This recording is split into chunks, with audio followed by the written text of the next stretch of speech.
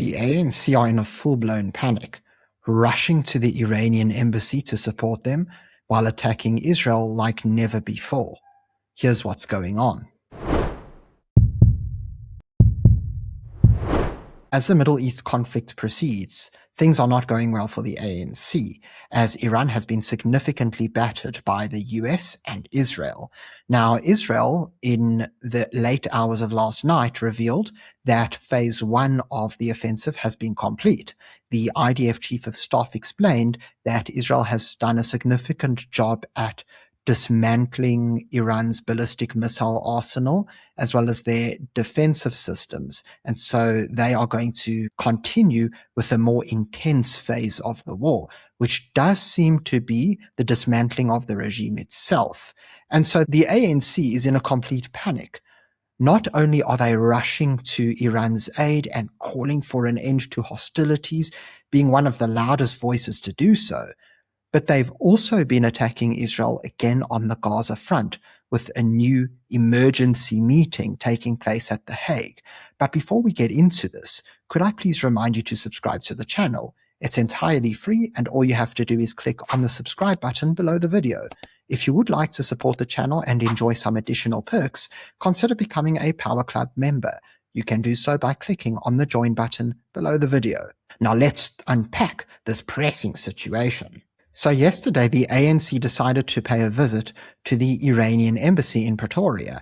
And as explained here, the ANC's first Deputy Secretary General, Nomvula Mokonyane, led an ANC delegation on a courtesy visit to the ambassador of Iran following the passing of Ali Khamenei. The delegation expressed solidarity with the people and government of Iran during this difficult time, which is quite ironic because the people are generally against this regime that murdered over 36,000 of the protesters in January, and that was just over the space of 2 days.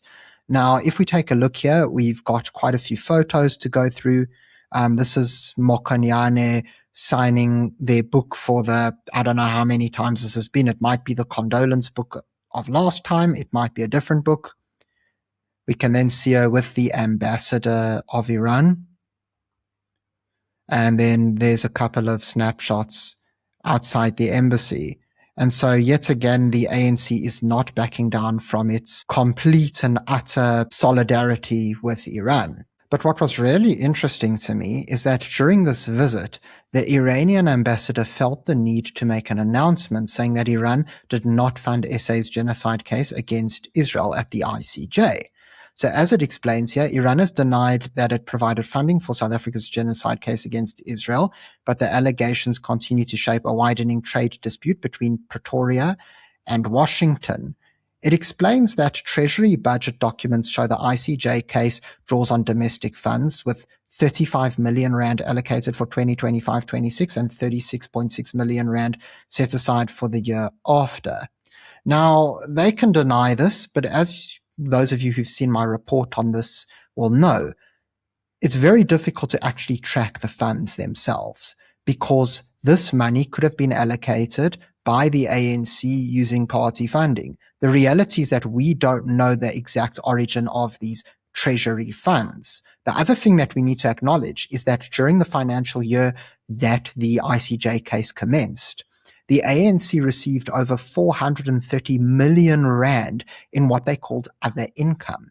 And this was declared to the IEC. Now, the IEC did not request them to divulge the origin of this money or the kind of earnings that it are. So is it from investments? Is it from management services? Is it from donations? Is it from loans? None of us actually know the source of these funds. And so I do think that regardless of whether or not they say that the money came from Treasury, there's a huge question mark about the origin of the funds. We still don't know, because the funds had to have come from somewhere before they came from the Treasury. And unfortunately, it seems that the South African media is stupid enough to simply take everything at face value. Furthermore, what was really interesting to me is the timing of this. Why on earth did the Iranian ambassador feel the need to bring up the ICJ funding at this time? Nobody seemed to be talking about it, and focus has basically shifted away from Gaza and the conflict over there to Iran, and to a lesser extent even to Lebanon, because Israel and Hezbollah are also fighting. Many people even forget that. And so it is quite suspicious to me that they feel the need to continue trying to cover their tracks. It does reek of desperation, and whether or not it's true, it does raise further questions, as it is suspicious behavior. Now, as all of this is going on, South Africa, or rather the ANC, has decided to convene an emergency meeting against Israel. And this is of the Hague Group.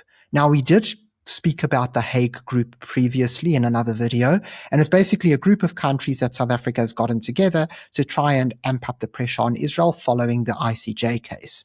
Now, as it explains here, on the 4th of March, they held a Hague Group meeting, and in this meeting, there were 3 resolutions that were discussed. So the one is, as they claim, ensure accountability, no safe haven for perpetrators of genocide, war crimes, crimes against humanity, and the crime of aggression. Not quite sure what the crime of aggression is, but we'll take it at face value. Implement a disclosure requirement regarding service in the Israeli military, subjecting travelers with Israeli travel documents or arriving from an origin of Tel Aviv airport to potential secondary screening at ports of entry under domestic war crimes inadmissibility rules and or adjusted visa policies as applicable, in compliance with the obligation to ensure accountability for the most serious crimes under international law. So ultimately what they're trying to say is that anybody who served in the IDF, even though it is state mandated, is basically guilty of a war crime, even though no trial has actually been held over this. And so basically what they want to do is take anybody who arrived from Tel Aviv airport or who has an Israeli passport and force them to be scrutinized over potential military background that they may have. The second thing they discussed is enforce the non-recognition of illegal settlements, so refusing to recognize the settlements as legally valid. There was a law that was just passed in Israel where they did legalize a lot of settlements in Judea and Samaria, otherwise known as the West Bank. So my assumption is that this is relating to that. And then the third one is cut complicity, no arms or material support.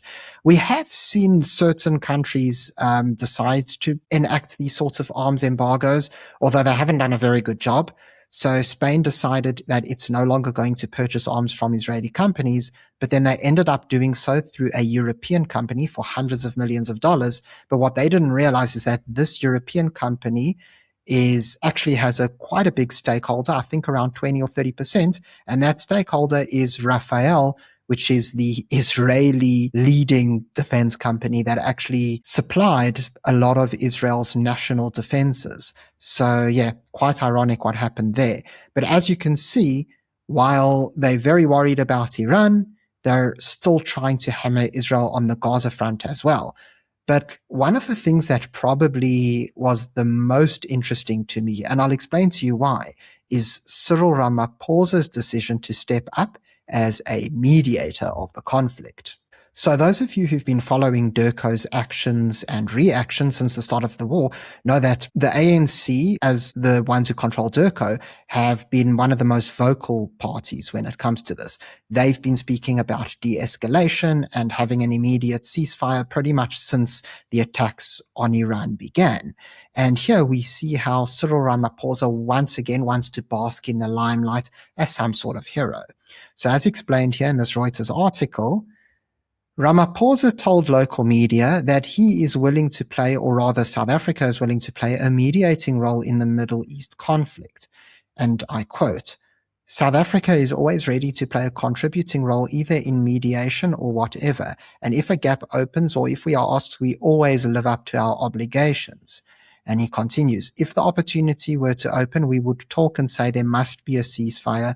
Dialogue is always the best way of ending conflict and then ending the war. And we want this war to come to an end immediately." So what we can gather from all of this, specifically the action at the Hague Group against Israel, to the calls for an immediate ceasefire, to the visit to the Iranian Embassy, and of course the Iranian ambassador's denial of any funding to the ANC for the ICJ case, is that the ANC is in panic mode. They feel that they and their allies are losing this battle. They know that they are running out of friends fast. And it's also quite notable how during this conflict, none of the so-called BRICS partners have come to Iran's aid. In fact, India, who is a leading partner of BRICS, has actually been warming ties with Israel, with the Indian Prime Minister Modi visiting Israel just a few days before this all kicked off. In fact, India has signed a free trade agreement with Israel and is looking into defense contracts where they are going to up their arms purchases from Israel. And so they have no interest in helping Iran.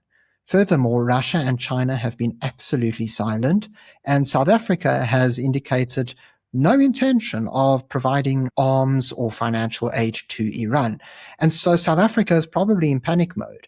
They know that the US has taken harsh actions against Venezuela. Now Iran is involved. And so they're probably wondering, well, are we going to be the next target? Not to say that is necessarily going to happen, but ultimately, this is something that's probably going through their minds, and they know that their days are numbered. Even on the domestic front, the ANC is losing support. We've seen how they've declined constantly in elections since 2009. And we've also noticed how, even in recent by-elections, they keep on losing wards, and they barely ever manage to actually grow in support or in percentage. And we've seen that throughout the by-elections in recent months. And so ultimately, this could be a pretty good thing for South Africa. It seems that the ANC realizes that their demise is coming and that the day might come where they become such a small political party that they are no longer involved in the government at all. Thank you very much for tuning into this video. If you enjoyed it, please remember to subscribe to the channel if you haven't already for more content. Until next time, I'm Matthew Cohen, and this is the Power Pod.